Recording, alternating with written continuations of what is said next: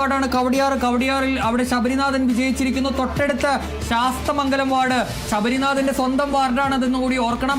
ആ വാർഡിൽ ഇപ്പോൾ DGP ആർ ശ്രീലേഖ, മുൻ DGP ആണ് ആർ ശ്രീലേഖ, NDAയുടെ സ്ഥാനാർത്ഥി അവിടെ വിജയിച്ച് കയറിയിരിക്കുന്നു എന്നുള്ളതാണ് ഇപ്പോഴുള്ള ഏറ്റവും പുതിയ അപ്ഡേഷൻ തിരുവനന്തപുരത്തെ സംബന്ധിച്ച്. ഏതായാലും തിരുവനന്തപുരത്ത് NDAയുടെ മുന്നേറ്റം തുടരുമ്പോൾ UDFന്റെ കാറ്റാഞ്ഞ് വീശുകയാണ് കേരളത്തിൽ ഇതാ തദ്ദേശ തെരഞ്ഞെടുപ്പിൽ UDFന്റെ തരംഗം എന്ന് തന്നെ പറയാൻ കഴിയുന്ന നിലയിലേക്ക്, UDFന്റെ തരംഗം എന്ന നിലയിലേക്ക് പറയാൻ കഴിയുന്ന നിലയിലേക്ക് ഇതാ ഇതുവരെയുള്ള റിസൾട്ടുകൾ, ഇതുവരെയുള്ള ലീഡ് നിലകളൊക്കെ കാണുമ്പോൾ നമുക്ക് അങ്ങനെ തന്നെ പറയാൻ കഴിയും. കോർപ്പറേഷനുകളിൽ നാലിടത്താണ് UDF ലീഡ് ചെയ്യുന്നത്. ജില്ലാ പഞ്ചായത്തിൽ ലീഡുണ്ട്, ജില്ലാ പഞ്ചായത്തിൽ 7 ഇടത്ത്, പക്ഷേ തൊട്ട് പിന്നാലെ 6 ഇടത്ത് UDF ഉണ്ട്. മുനിസിപ്പാലിറ്റികളിൽ 53 ഇടത്ത്, മുനിസിപ്പാലിറ്റികളിൽ 53 ഇടത്ത് ഇപ്പോൾ ലീഡ് ചെയ്യുന്നുണ്ട്. ബ്ലോക്ക് പഞ്ചായത്തുകളിൽ ഇതാ UDF ലീഡ് തിരിച്ച് പിടിക്കുന്നു. ഈ ബ്ലോക്ക് പഞ്ചായത്തുകളിൽ 75 ഇടത്ത് UDF ഇപ്പോൾ ലീഡ് തിരിച്ചു പിടിക്കുമ്പോൾ LDF നിലയിൽ പുറകെ തന്നെയുണ്ട്. ഏതായാലും ശബരിമല സ്വർണ്ണക്കൊള്ള നമുക്കറിയാവുന്നതാണ്. ഇതിന് തൊട്ടു മുൻപാണ് ഈ ശബരിമല സ്വർണ്ണ കവർച്ച കേസ് വളരെ സജീവമായി കേരളം ചർച്ച ചെയ്യുന്നത്. പത്തനംതിട്ടയിലടക്കം UDFന് വലിയ മുന്നേറ്റം ഉണ്ടാകുന്നുണ്ട്. തെക്കൻ കേരളത്തിൽ അത് ശബരിമല സ്വർണ്ണക്കൊള്ള LDFന് തിരിച്ചടിയായോ എന്നുള്ളതാണ് നമുക്ക് അറിയാൻ കഴിയുന്ന ഒരു കാര്യം എന്ന് പറയുന്നത്.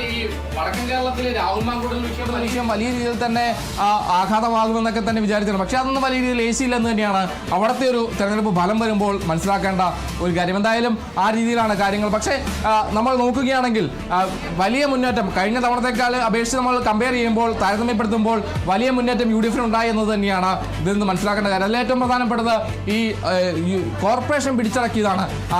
ഈ പ്രധാനപ്പെട്ട കോർപ്പറേഷനുകളിലെല്ലാം തന്നെ വലിയ പ്രഹരം LDFന് ഏൽപ്പിക്കാനായി കഴിഞ്ഞു എന്നതാണ് പറയേണ്ടത്. അവിടെ UDF വലിയ ആധിപത്യം UDFന് നേടിയെടുക്കാൻ കഴിഞ്ഞു എന്നതാണ് പറയേണ്ടത്. ജില്ലാ പഞ്ചായത്തുകളിലും 7 ഇടത്ത് UDF മുന്നിട്ട് നിൽക്കുന്നു, 6 ഇടത്ത് LDF മുന്നിട്ട് നിൽക്കുന്നു. ആ നിലയിലാണ് ഉള്ളത്. കോർപ്പറേഷനുകളിൽ ഒരിടത്ത് മാത്രമാണ്, കോഴിക്കോട് മാത്രമാണ് LDFന് മുന്നിടാൻ കഴിഞ്ഞത്. UDF 4 ഇടത്ത് മുന്നിട്ട് നിൽക്കുന്നു. അതേസമയം തിരുവനന്തപുരം മാറ്റമില്ലാതെ NDAക്കൊപ്പം തുടരുന്നു. വലിയ തിരിച്ചടി LDFനും UDFനും തിരുവനന്തപുരത്തുണ്ടായി എന്നതാണ് കാണേണ്ട കാര്യം. എന്തായാലും ആ നിലയ്ക്കാണ് കാര്യങ്ങൾ പോകുന്നത്.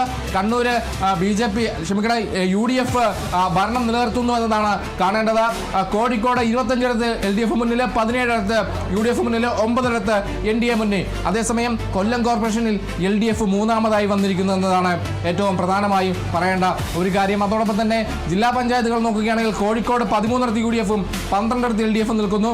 കോട്ടയം നോക്കുകയാണെങ്കിൽ 15 ഇടത്ത് UDF, 7 ഇടത്ത് LDF. ആ നിലയ്ക്കാണ് കണ്ണൂരിൽ 16 ഇടത്ത് LDF, 9 ഇടത്ത് UDF. ആ നിലയ്ക്കാണുള്ളത്.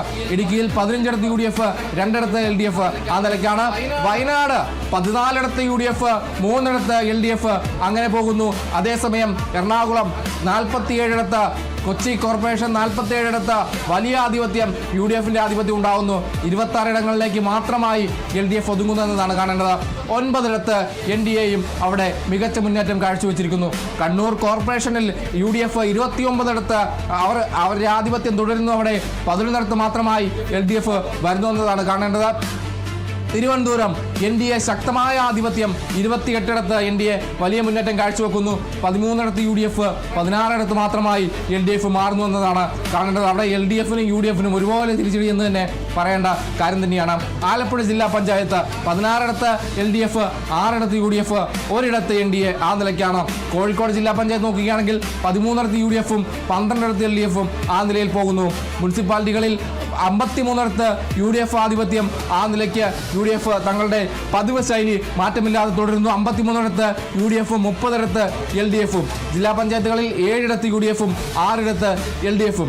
ബ്ലോക്ക് പഞ്ചായത്തുകളിൽ 77 ഇടത്താണ് UDF ഉള്ളത്.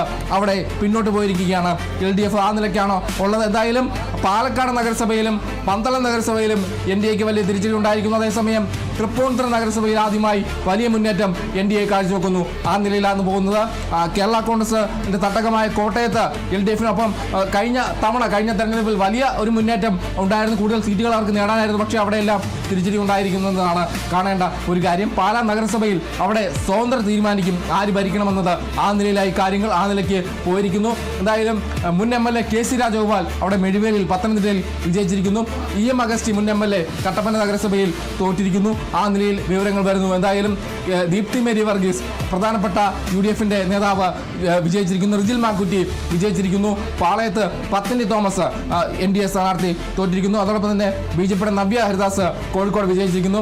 കൊല്ലം മേയർ ഹണി ബെഞ്ചമിൻ LDF-ന് വലിയ തിരിച്ചടി അവിടെ തോറ്റിരിക്കുന്നു. ആ നിലയിലാണ് ഉള്ളത്. എന്തായാലും പ്രതിപക്ഷ നേതാവ് കഴിഞ്ഞ തവണ ഒരു റീലിൽ കണ്ട പോലെ അദ്ദേഹം തൂക്കുമെന്ന് പറഞ്ഞ പോലെ തൂക്കിയെന്ന് തന്നെയാണ് പറയേണ്ടത്. UDF തദ്ദേശം അങ്ങ് തൂക്കിയെന്ന് തന്നെയാണ് ഈ നിമിഷത്തിൽ പറയേണ്ട പ്രധാനപ്പെട്ട ഒരു കാര്യം. എന്തായാലും വലിയ മുന്നേറ്റം, വലിയ തരംഗം UDF-ന്റെ തരംഗം ഉണ്ടായിരിക്കുന്നു തദ്ദേശ തെരഞ്ഞെടുപ്പിൽ.